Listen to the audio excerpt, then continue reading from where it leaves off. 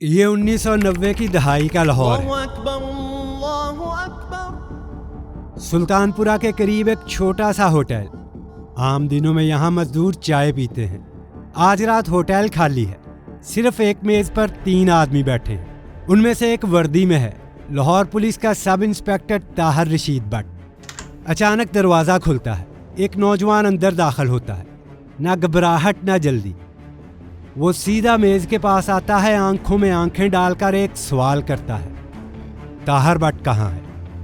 سب inspector کرسی سے ٹیک لگاتا ہے، مسکراتا ہے اور بالکل لاپرواہی سے کہتا ہے، بھٹی میں ڈال دیا ہے، جو کرنا ہے کر لو۔ اگلے چند سیکنڈ میں ہوٹل کے اندر اندھا دھند فائرنگ شروع ہو جاتی ہے اور سب انسپیکٹر طاہر رشید بٹ وہی موقع پر مارا جاتا ہے۔ یہ صرف ایک قتل نہیں تھا، یہ ایک سلسلے کی شروعات تھی۔ اس کے بعد 25 سے زیادہ مخالف مارے گئے، پولیس پر ہینڈ گرنیڈ سے حملے ہوئے، پاکستان کی ٹاپ 10 اشتہاریوں کی فہرست بنی اور اس میں اس کا نام شامل تھا۔ اور سب سے اہم بات، یہ کوئی پیدائشی مجرم نہیں تھا، یہ وہ لڑکا تھا جو کبھی مٹھائی کی دکان پر کام کرتا تھا۔ دوستو، یہ کہانی ہے نواز بٹ کی، جو اسی ایک حملے کے بعد ناجی بٹ بن گیا۔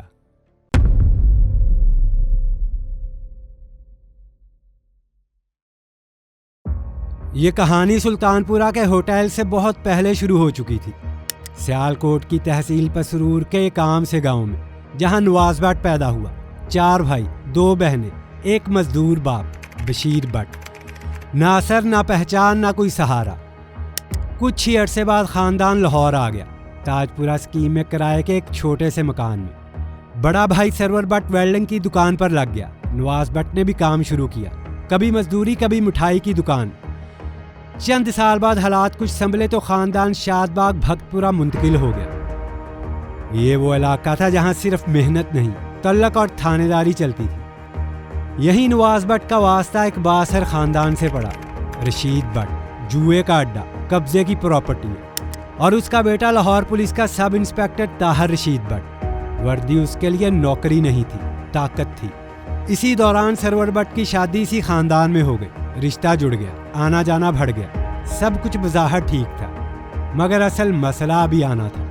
شاد باغ میں نواز بٹ کا ایک قریبی دوست تھا، جمیل کجی، عام جواری نہیں، جوئے کو سمجھنے والا آدمی۔ رشید بٹ کے ڈیرے پر ایک دن اس نے 15 سے 20 ہزار جیتے، مگر پیسے نہیں ملے، صرف بے عزتی ملی۔ جمیل نے نواز بٹ کو بتایا، نواز نے بھائی سے بات کی، جواب آیا، رشتہ داری ہے، بات مت بڑھاؤ۔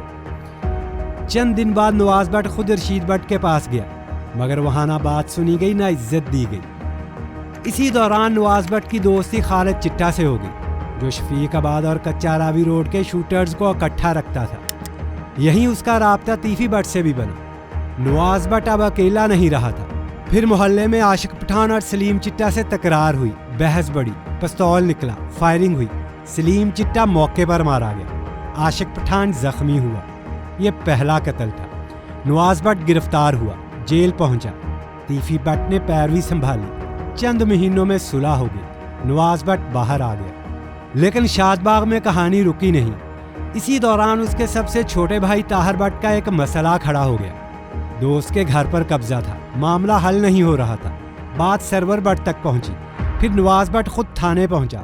جواب ایک ہی تھا، اس معاملے سے دور رہو۔ طاہر بٹ رکا نہیں، وہ خود انسپیکٹر طاہر رشید بٹ کے پاس گیا۔ وہاں کیا ہوا کوئی نہیں جانتا۔ اس دن کے بعد طاہر بٹ واپس نہیں آیا، دن ہفتوں میں بدلے، مگر نہ خبر ملی نہ سراغ۔ پھر وہ بات سامنے آئی جس نے سب کچھ بدل دیا، بھٹی میں ڈال دیا۔ یہ انتباہ نہیں تھا، یہ اعلان جنگ تھا۔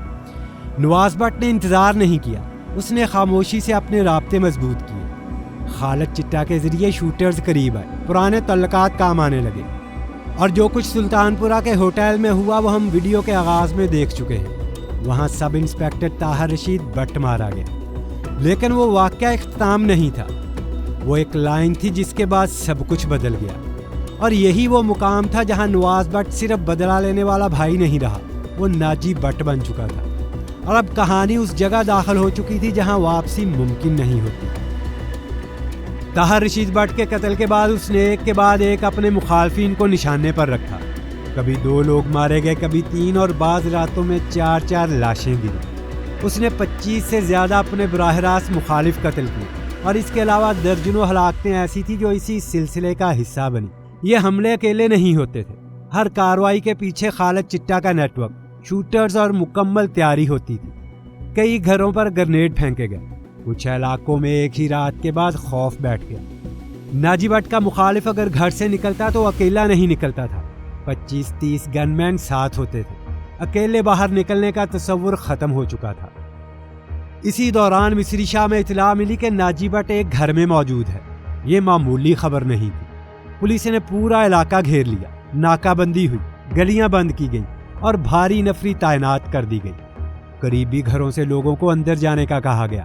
سب کو اندازہ تھا کہ اگر یہ مقابلہ ہوا تو آسان نہیں ہوگا۔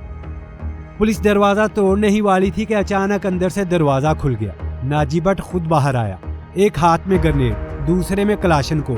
وہ بھاگا نہیں، وہ چیخا نہیں۔ اس نے سامنے کھڑی پولیس کو دیکھ کر صاف کہا، اگر میں پکڑا گیا تو تم میں سے کئی ساتھ جائیں گے۔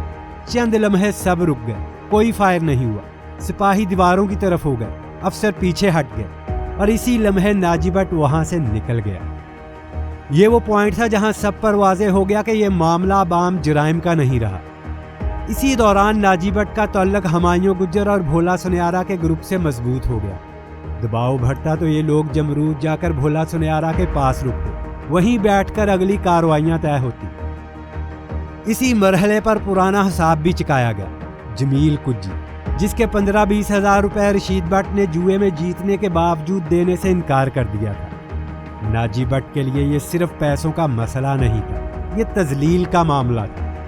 کارروائی کی پلاننگ ناجی بٹ کی تھی اور عمل جمیل کجی نے کیا۔ جمیل کجی نے عورتوں کا برقع پہنا، قریب پہنچا اور قریب سے فائر کیا۔ رشید بٹ وہیں مارا گیا۔ یہ کسی ذاتی فائدے کے لیے نہیں تھا، یہ علاقے کے لیے ایک واضح پیغام تھا۔ ناجی بٹ اب صرف گینگسٹر نہیں رہا تھا، وہ پاکستان کی ٹاپ 10 اشتہاریوں کی فہرست میں آ چکا تھا۔ اب یہ معاملہ گلیوں اور تھانوں کا نہیں تھا، یہ ریاست کے لیے خطرہ بن چکا تھا۔ کچھ ہی عرصے بعد دائرہ تنگ ہونا شروع ہوا۔ جمرود میں آپریشن ہوا اور بھولا سنیارا مارا گیا۔ پھر لاہور ایئرپورٹ سے ہمایوں گجر گرفتار ہو گیا۔ چند مہینوں بعد ناجی بٹ بھی پولیس کے ہاتھ آ گیا۔ فیصلہ ہوا کہ انہیں لاہور سے ہٹا کر گجرانوالہ جیل منتقل کیا جائے، کیونکہ اگر یہ لوگ لاہور میں رہے تو نہ گواہ ملیں گے اور نہ سکون۔ دوستو، ایک بات یہاں واضح کر دوں، بھولا سنیارا اور ہمایوں گجر کی مکمل کہانیاں ہم آلریڈی پلے لسٹ میں ڈیٹیل کے ساتھ کور کر چکے ہیں، اگر آپ چاہتے ہیں تو ضرور چیک کریں۔ لاہور سے منتقلی کے دوران کالا کھٹائی روڈ پر فائرنگ ہوئی، کراس فائرنگ میں ناجی بٹ اور ہمایوں گجر مارے گئے۔ یہ اختتام تھا ایک ایسے شخص کا جو کبھی مٹھائی کی دکان پر کام کرتا تھا اور بعد میں درجنوں قتلوں کا مرکز بن گیا۔ کہانی یہاں ختم ہو گئی، مگر یہ سوال چھوڑ گئی کہ کیا ناجی بٹ صرف ایک مجرم تھا یا ایک ایسا آدمی جسے حالات نے مسلسل تشدد کی طرف دھکیل دیا۔